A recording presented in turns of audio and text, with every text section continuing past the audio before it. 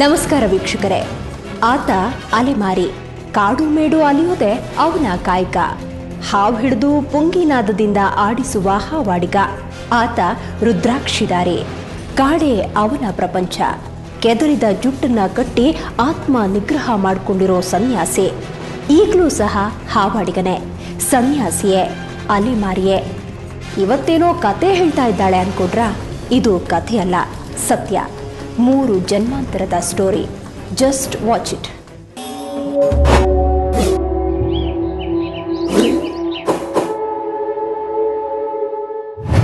ಆತ ಅಲೆಮಾರಿ ಜನಾಂಗದವನು. ಕಾಡೆ ಅವನ ಸರ್ವಸ್ವ.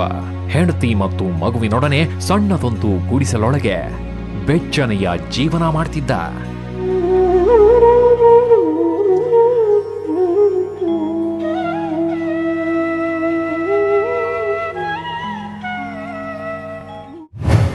ಕಾಡಲ್ಲಿ ಹಾವು ಹಿಡಿತಂದು ಅದನ್ನ ಪಳಗಿಸಿ ತನ್ನ ಪುಂಗಿ ನಾದದಿಂದ ಆಡಿಸಿ ಜನರ ಮನಸ್ಸನ್ನ ಗೆದ್ದು ಜನರು ಕೊಟ್ಟ ಧಾನ್ಯ ಪಡೆದು ಹೊಟ್ಟೆ ಹೊರಿತಾ ಇದ್ದ.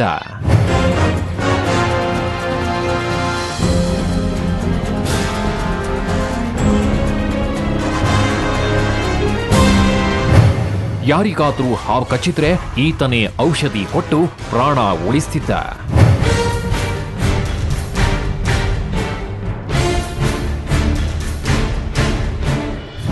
ಯಾವುದಾದ್ರೂ ಮನೆಯಲ್ಲಿ ಹಾವು ಕಂಡ್ರೆ ತಾನೇ ಖುದ್ದಾಗಿ ಹೋಗಿ ಆ ಹಾವು ಹಿಡಿದು ಕಾಡು ಸೇರಿಸ್ತಿದ್ದ.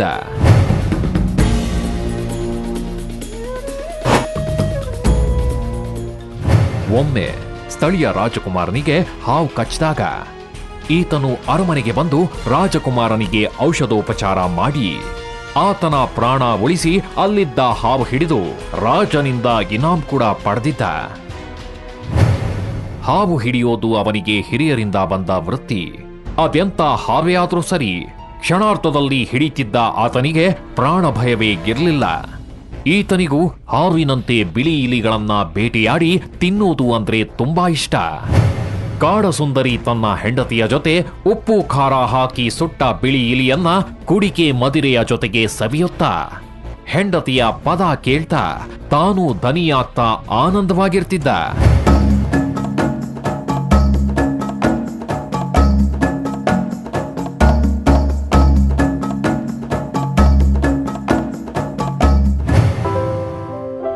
ಮೊದಲನೇ ಮಗುವಿನ ಹೆರಿಗೆಯಾಗಿ ಮಗುವಿನ ಜೊತೆ ಲಾಲಿ ಹಾಡ್ತಾ ಆನಂದವಾಗಿ ಕಾಲ ಕಳೀತಾ ಇದ್ರು.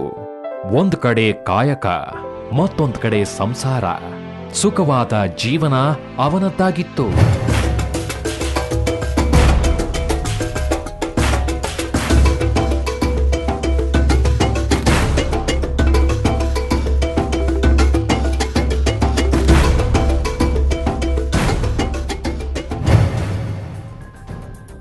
ಹಾವನ್ನೇ ಆಟಿಕೆ ಮಾಡಿಕೊಂಡು ಆಡ್ತಿದ್ದ ಮಗುವಿಗೆ ವಿಷದ ಹಾವೇ ಆ ಮಗುವಿನ ಪ್ರಾಣ ತೆಗೆದಿತ್ತು. ಎಲ್ಲರ ಪ್ರಾಣ ಉಳಿಸ್ತಿದ್ದ ಆತನಿಗೆ ತನ್ನ ಮಗುವಿನ ಪ್ರಾಣ ಉಳಿಸ್ಕೊಳ್ಳೋಕೆ ಆಗಿರ್ಲಿಲ್ಲ.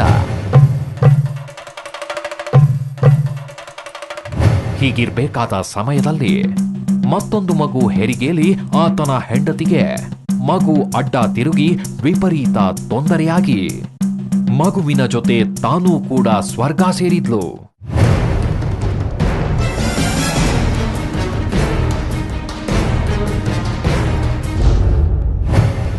ಇದೆಲ್ಲದರಿಂದ ಬೇಸತ್ತ ಜೀವನದಲ್ಲಿ ಜಿಗುಪ್ಸೆ ಹೊಂದಿ ತನ್ನವರನ್ನ ಬಿಟ್ಟ, ಊರು ಬಿಟ್ಟ.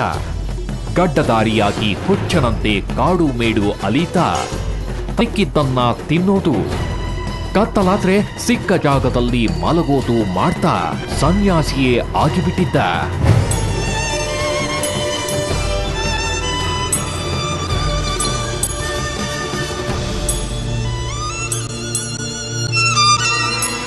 ತನ್ನ ಹೆಂಡತಿಯ ಜೊತೆಗಿನ ನೆನಪು ಅವನನ್ನ ಕಿತ್ತು ತಿಂತಾ ಇದ್ವು.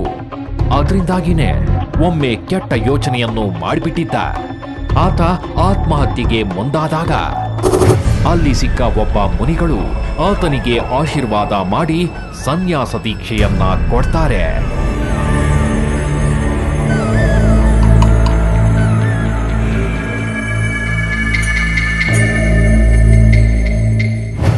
ಕೊರಳಲ್ಲಿ ರುದ್ರಾಕ್ಷಿ ಮಾಲೆ, ಕೈಯಲ್ಲಿ ಕಮಂಡಲ, ಹಣೆಯಲ್ಲಿ ವಿಭೂತಿ ಧರಿಸಿದ ಆ ಹಾವಾಡಿಗ ಸಾಕ್ಷಾತ್ ಕಾಲಭೈರವನಂತಿದ್ದ.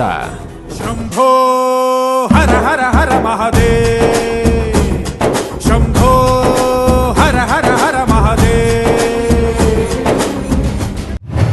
ನೋಡಿದ್ರಲ್ಲ, ಸನ್ಯಾಸ ದೀಕ್ಷೆ ಪಡೆದ ಆ ಹಾವಾಡಿಗ ಕಾಲಭೈರವನ ಕಥೆಯನ್ನ ನಾವು ನಿಮಗೆ ಹೇಳಿದ್ದು 3 ಜನ್ಮದ ಹಿಂದಿನ ಕತೆ. ಆ ಅಲೆಮಾರಿ ಹಾವಾಡಿಗ ಈಗ ಮತ್ತೆ ನಮ್ಮ ಮಧ್ಯೆ ಹುಟ್ಟಿ ಬಂದಿದ್ದಾನೆ. ಆತ ಈಗೇನ್ ಮಾಡ್ತಿದ್ದಾನೆ? ಹಾವಾಡಿಗನ, ಅಲೆಮಾರಿಯ, ಸನ್ಯಾಸಿಯ? Keep watching.